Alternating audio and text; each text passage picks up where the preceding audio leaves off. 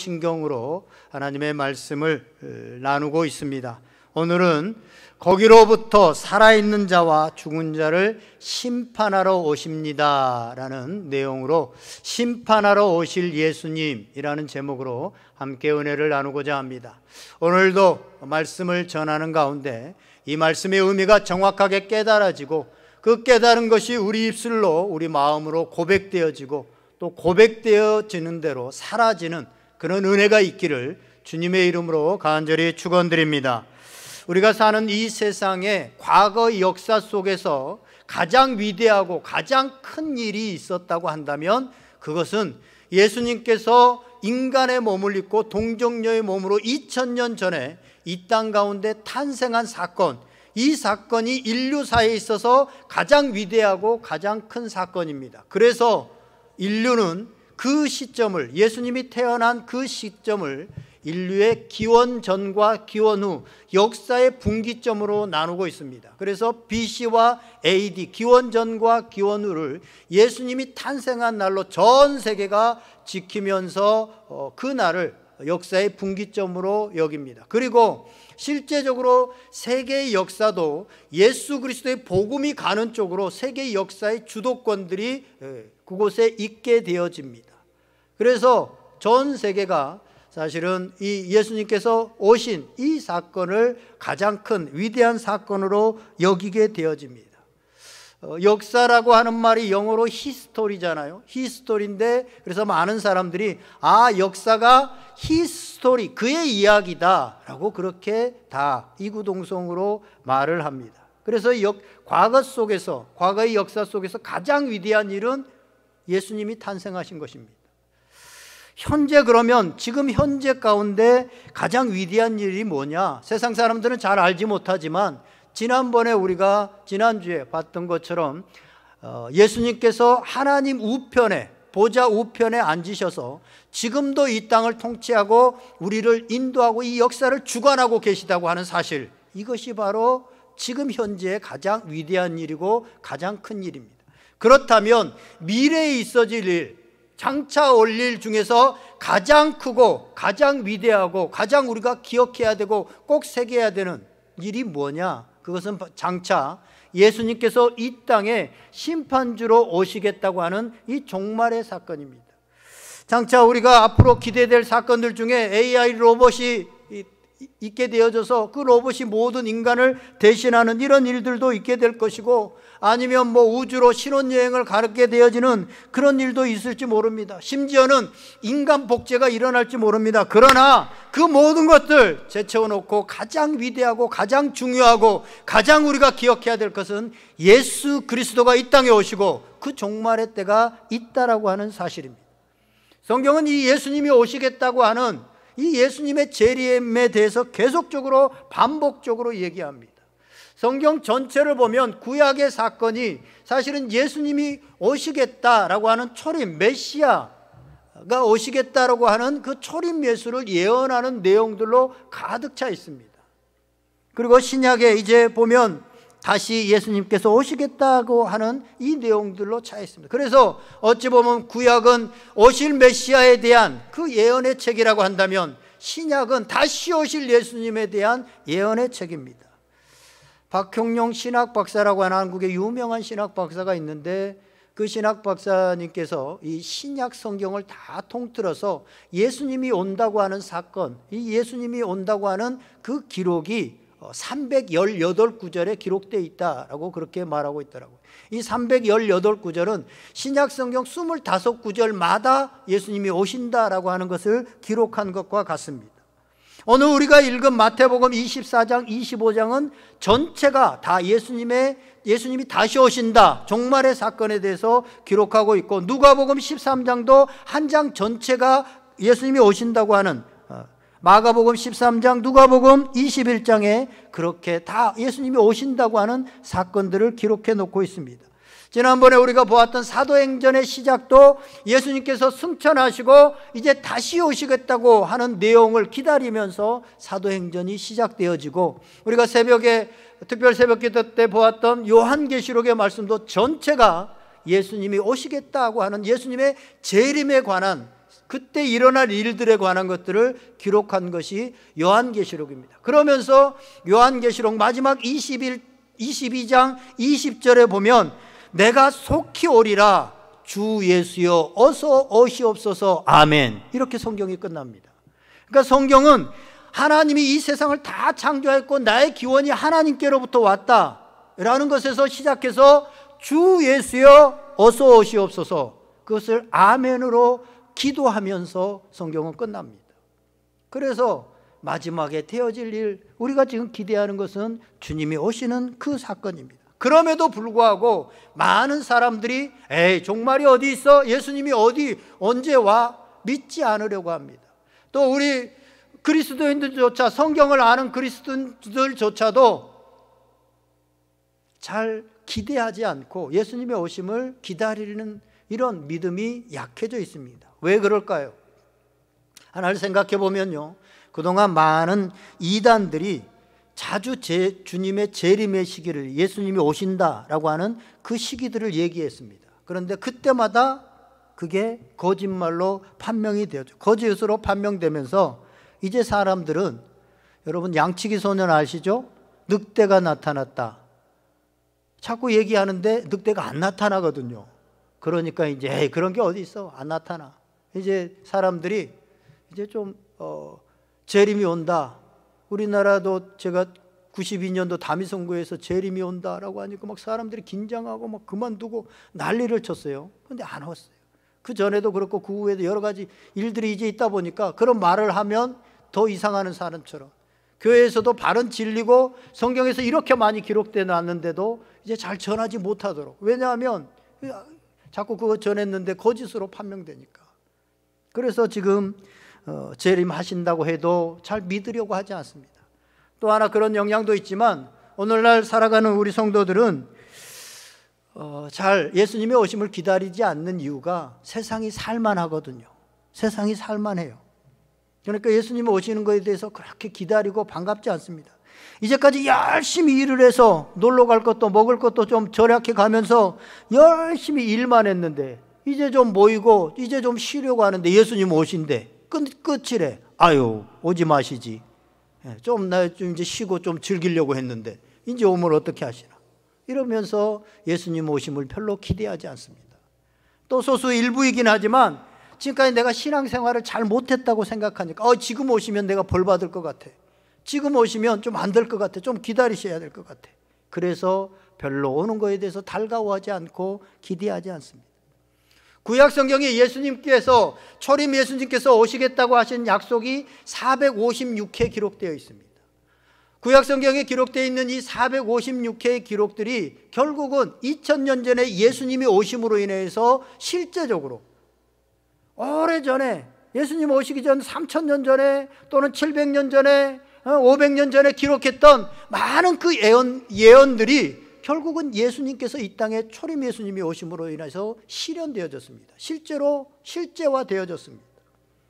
마찬가지로 신약의 318번에 거쳐서 기록된 예수님이 다시 오시겠다고 하는 이 예언의 말씀, 이 예수님이 다시 온다고 하는 이 재림의 말씀이 반드시 이루어진다고 하는 사실들을 여러분 기억할 수 있기를 바랍니다.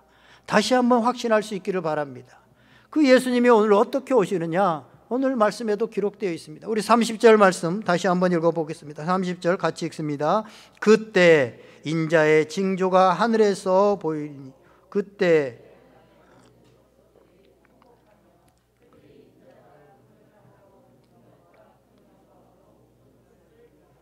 아멘.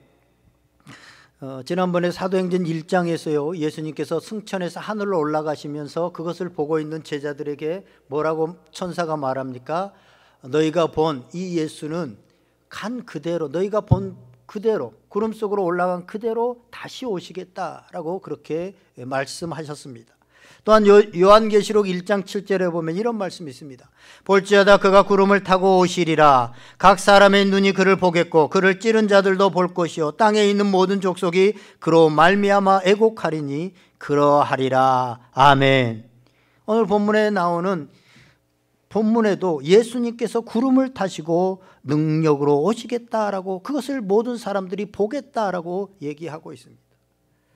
제가 신학교에서 그 이단 사상에 대해서 지금 가르치고 있는데, 우리나라의 이 이단들 중에는요, 대부분이 자기가 결국 가면 교주들이 자기가 재림 예수다, 이미 재림에 왔다, 내가 재림 예수다, 너희들이 모르고 있을 뿐이지 내가 재림 예수다, 이렇게 얘기합니다. 그런 사람들이 50명, 그 세력을 가지고 있는 사람만 이 땅에만 50명이 됩니다. 공식 자료에 의하면요. 그런데요, 비밀리에 와서 그들이 지금 계시다는, 그들 가운데 있다는 것이잖아요. 예수님이, 재림 예수가.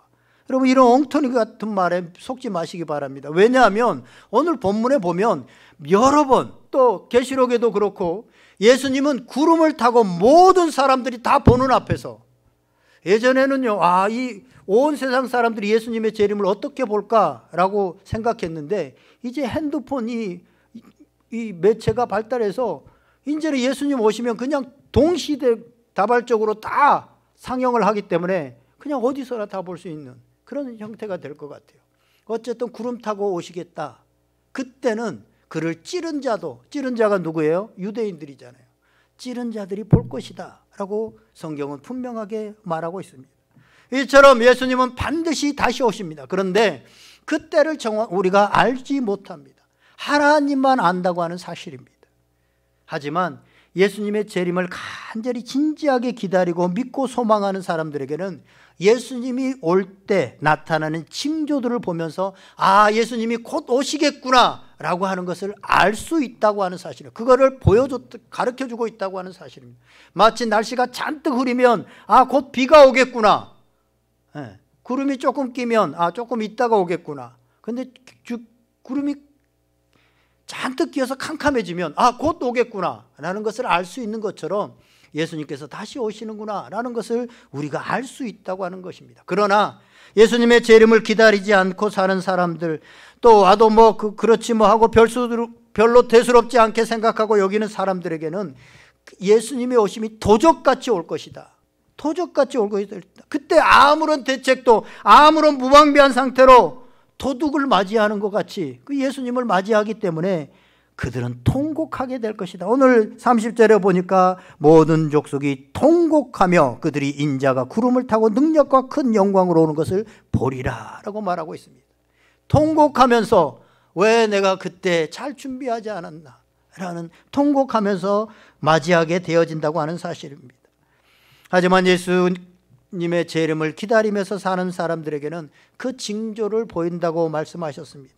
그 징조가 성경에는 여러 군데 나오는데요, 몇 가지 징조를 말씀드리면 사람들에게 사랑이 식어지고 돈을 사랑하게 되어지고 세계 복음이 전 세계에 전파되게 되어지고 이스라엘이 회심하게 되어지고 많은 배교자들이 생기게 되어지고 또 대환란이 있게 되어지고 적그리스도와 거짓 선지자들이 나타나게 될 것이다. 이게 성경에서 말하는 예수님이 오실 때 마지막 때의 징조다라고 말하고 있습니다. 그런데 지금 이런 징조들이 오늘 이 사회 가운데 많이 나타나고 있습니다. 지금 성경이요, 소수 부족, 수백만, 심지어는 수십만 되는 부족에게까지 성경이 거의 다 지금 번역되어져서 전해지고 있습니다. 그러니까 예수 그리스도의 복음이 지금 전 세계로 거의 다 전해졌다고 하는 사실입니다. 그리고 지금 교회를 떠나가고 있는 사람들이 굉장히 많아졌습니다. 이 코로나로 인해서 대배교가 일어나는데 막판에 되어지면요, 점점 가속화되어지고 있습니다. 교회 안에 온갖 거짓 목자들과 이단들이 판을 치고 있고, 사람들은 점점 악해져서 돈이면 생명도 전혀 귀하게 여기지 않는 일들이 곳곳에서 일어나고 있습니다. 오직 돈만 신봉하게 되어지고 지구가 몸살을 앓고 있어서 이상기후 현상들이 곳곳에서 나타납니다. 그래서 많은 사람들이 어쩌면 우리 세대에 예수님이 오실 수도 있겠다, 왜냐하면 구름이 잔뜩 끼면 비가 오는 것처럼 말이죠, 이런 현상들이 많이 지금 비슷하게 보여지고 있기 때문에 올 수도 있겠다라고 하는 말을 하고 있습니다. 사랑하는 여러분, 이러한 때에 주님의 오심을 확신하고 그날을 기다리며 소망하는 성도들이 될 수 있기를 주님의 이름으로 축원드립니다. 여러 가지 징조들을 보면서 주님 오실 날이 가까이 왔음을 알고 하루하루 기다리면서 아멘 주 예수여 어서 오시옵소서 라고 하는 거기까지의 신앙이 될 수 있기를 바랍니다. 예수님께서 오시면요, 세상에 엄청난 일들이 일어납니다. 기본적으로는 무덤이 열리게 되어져서 죽었던 사람들이 부활체로, 육체로 회복하게 되어집니다. 그때까지 살아있었던 사람들은 부활의 몸으로 변화되어지고 새 하늘과 새 땅이 열리게 되어지고 믿지 않는 사람들과 믿는 사이에 영원한 심판이 있게 되어집니다. 주님이 재림이 있게 되어지면 그 외에도 많은 일들이 일어나는데 우리는 신앙에 고백할 때 예수 그리스도가 재림하게 되어 다시 오시면 산자와 죽은 자를 심판하시리라, 이 한 가지를 고백합니다. 왜요? 우리에게 있어서 이 심판이 너무나도 중요하기 때문에 그렇습니다. 이 심판을 통해서 우리의 영원한 미래가 결정되기 때문입니다. 성경은 분명히 말합니다. 히브리서 9장 27절에 보면 한번 죽는 것은 사람에게 정하신 것이요 그 이후에는 심판이 있으리라. 그 이후에는 모든 사람에게 심판이 있다고 말하고 있습니다. 이 심판은 뭐 한번 우리가 살아가다가 좀 하나님께서 책망하시는 그 정도가 아닙니다. 최후의 심판입니다. 더 이상 재심의 기회가 없습니다. 더 이상 상고할 수도 없습니다. 그리고 이 심판은요, 모든 사람에게 임한다고 하는, 믿는 자들에게도, 믿지 않는 자들에게는 물론이거니와 믿는 자들에게도 임한다고 하는 사실을 말하고 있습니다. 하나님께서는 예수 그리스도의 십자가를 통해서 구원 얻는 길, 영생을 얻는 길을 열어놓으셨습니다. 그런데 예수님을 믿지 않는 사람들, 불신자들은 그것을 받지 않음으로 인해서 지옥으로 떨어지는 심판을 받게 되어집니다. 불신자들이 받는 심판에 대해서 요한복음 3장 18절에 이렇게 말합니다.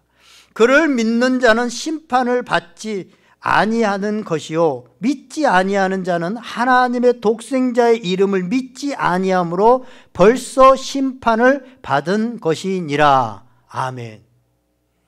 하나님은 심판의 자리에서 우리를 구원하시기 위해서 독생자 예수 그리스도를 보내주셔서 십자가를 지게 하셨습니다. 우리의 죄를 대속하시고 십자가에 지셨습니다. 그래서 오직 하나님께 나아갈 수 있는, 영생을 얻을 수 있는, 구원을 얻을 수 있는 길, 천국을 소유할 수 있는 길은 예수 그리스도, 어린 양 되시는 예수 그리스도로만 갈 수 있습니다. 그런데 이 유일한 구원의 길을 거부하고 믿지 않고 받아들이지 않을 때 다른 길이 없기 때문에 이미 그들은 심판을 받았다라고, 이미 지옥으로 갈 그런 인생이 되었기 때문에 심판을 받았다라고 말하고 있습니다. 그래서 우리는 예수님을 꼭 믿어야 됩니다. 예수님을 믿어야 심판을 받지 않을 수 있습니다.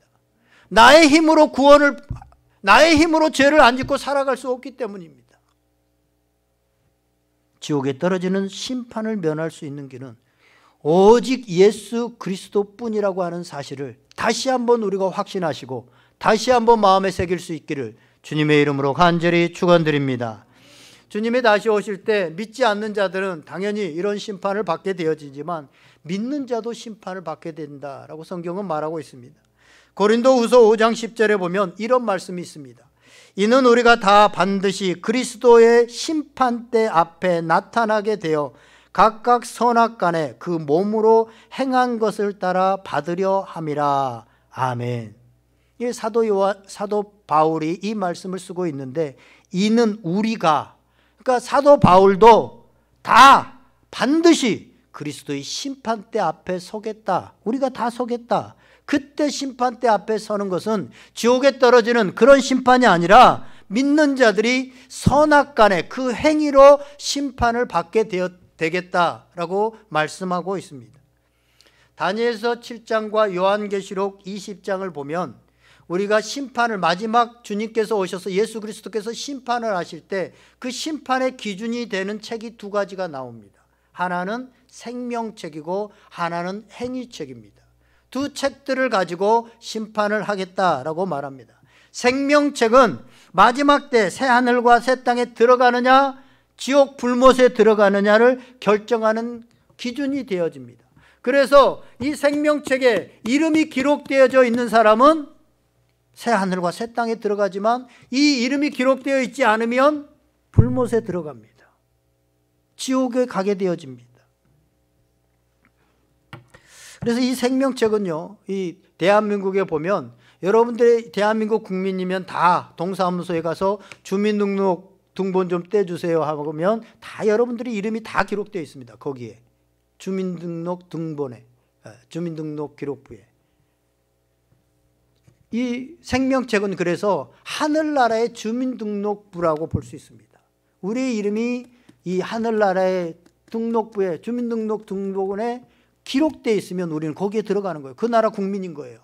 하늘나라 천국이잖아요. 하나님 나라잖아요. 거기에 들어가는 겁니다. 그런데 이름이 기록되어 있지 않으면 들어가지 못하는 겁니다. 그런데 요한계시록에 보면 그 생명책의 풀네임, 전체 이름이 뭐냐면 죽임을 당한 어린 양의 생명책, 이렇게 기록되어 있습니다. 죽임을 당한 어린 양의 생명책.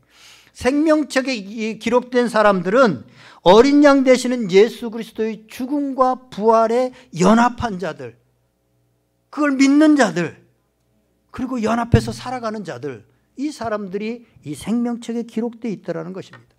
우리가 새 하늘과 새 땅, 즉 천국에 들어가는 것은 우리의 행위 덕분이야. 우리가 열심히 했기 때문이 아니고 우리의 어떤 행위 때문이 아니라 어린 양 되시는 예수 그리스도가 우리의 모든 죄를 사해 주셨기 때문에 어린 양의 피로 들어갈 수 있게 되었다는 것입니다. 구원은 오직 우리를 위하여 죽으셨다가 다시 사신 예수 그리스도의 십자가에 달려 있습니다. 아멘. 그래서 우리는 거기에 이름이 기록될 수 있는 것입니다. 그러면 행위의 책은 무엇일까요? 이것은 우리가 이 땅에서 살아가왔던 그 행위들이 기록된, 어찌 보면 상급에 관한 책입니다. 우리가 어떤 삶을 살았는가 하는 것이 여기에 기록되고 그거에 대한 심판입니다. 여러분, 예수님께서 우리를 사랑하셔서, 하나님께서 우리를 사랑하셔서 지금 부르셨습니다. 우리를 부르신 거잖아요. 그래서 우리를 콜링이라고 하잖아요. 부르심. 이 부르신 이유는 뭐예요? 우리를 구원하시려고, 하나님 백성 삼으시려고, 하나님 나라 들어가게 하려고. 그러면 하나님께서 오늘 부르시면 오늘 지금 천국에 가는 것이 가장 좋은 인생입니다. 오늘 부르셨으면 오늘 그냥 천국 가는 게, 왜냐하면 이 땅에서 아무리 좋은 걸 주고 아무리 명예 권세 돈이 많더라도 천국에 비하면 아무것도 아니거든요. 그러면 오늘 구원, 우리가 하나님께서 부르셨으면, 하나님의 생명책이 기록됐으면 오늘 가는 게 제일 좋은 겁니다. 그런데 하나님께서는 그렇게 하지 않고 이 땅에 30년, 50년, 70년을 남겨두십니다. 구원받은 백성들을. 왜 그래요? 이 땅에 소명의 부르심이 있기 때문입니다. 이 땅에서 해야 될 일이 있기 때문입니다. 구원받은 자로서 삶이 있기 때문에, 사명이 있기 때문에 그렇습니다. 세상에서 하나님이 주신 사명을 갖고 어떠한 삶을 살았느냐, 우리가 정산할 날이 있다라고 하는 사실을 성경은 말하고 있습니다. 이것이 구원받은 자들이 받을 심판이다라고 말합니다. 은혜로 구원을 받은 것은 동일하지만 구원받은 이후의 삶이 어떠했느냐에 따라서 상급이 달라질 수 있다고 하는 사실입니다. 주님은 우리에게 이것을 위해서 성령을 보내주시고 우리에게 어떤 재능, 은사들도 주시고 어떤 비전, 사명들도 주셨습니다. 그를 통해서 하나님께 영광 돌리면서 살아갈 수 있도록 능력을 주셨습니다. 그래서 하나님 앞에 우리 인생의 장부를 펼쳐 보여야 할 시간이 반드시 온다는 것입니다.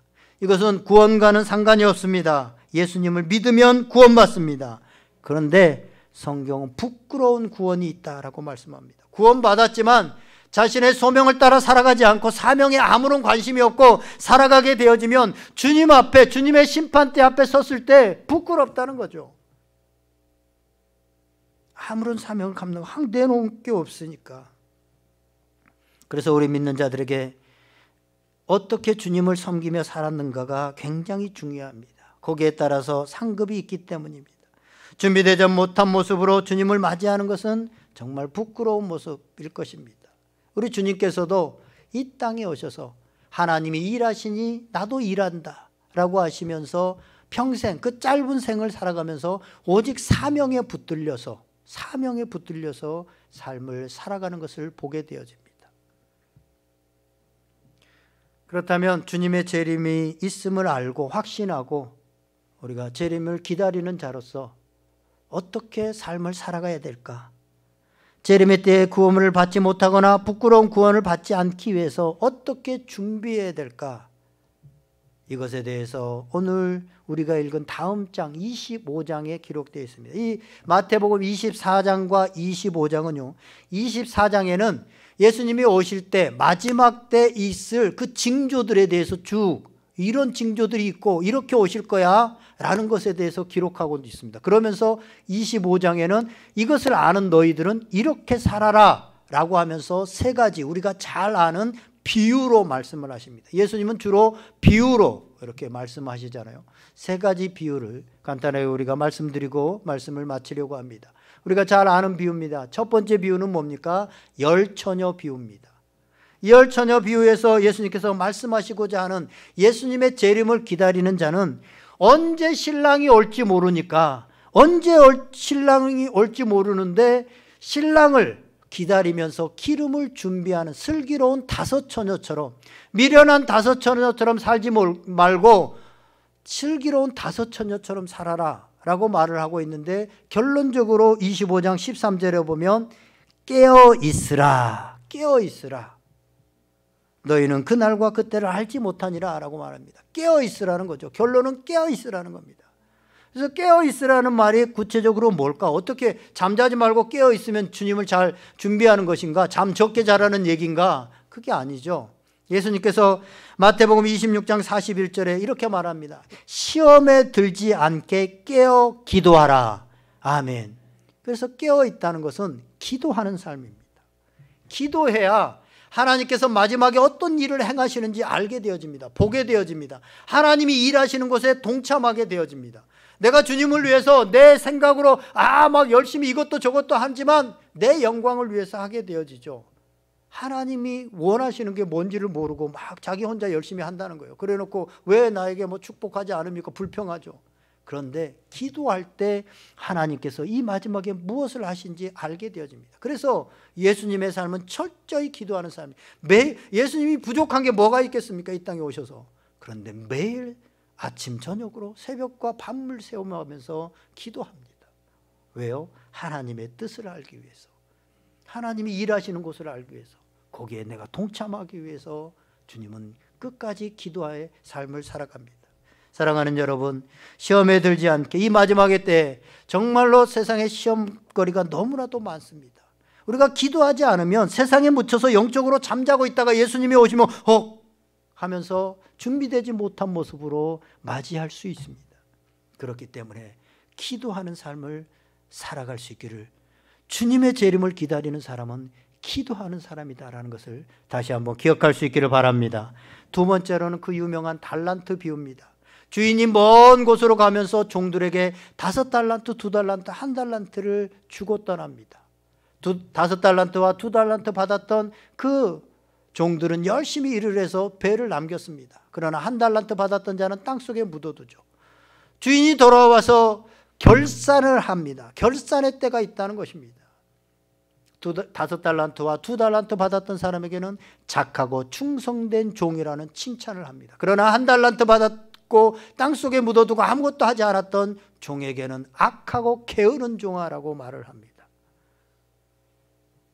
분명히 이 비유가 말하고 있는 것은 결산의 때가 있다는 것을 말하고 있고, 우리가 가진 것이 적다고, 1달란트밖에 안 된다고, 우리가 환경이 어렵다고, 환경만 탓하고 불평하지 말고, 우리에게 주어진 것, 그것이 적을지라도, 나에게 주어진 소명, 나에게 주어진 역할이 적을지라도 그거에 충실하게 살아가라, 충성된 자가 되라 라고 성경은 분명하게 말하고 있습니다.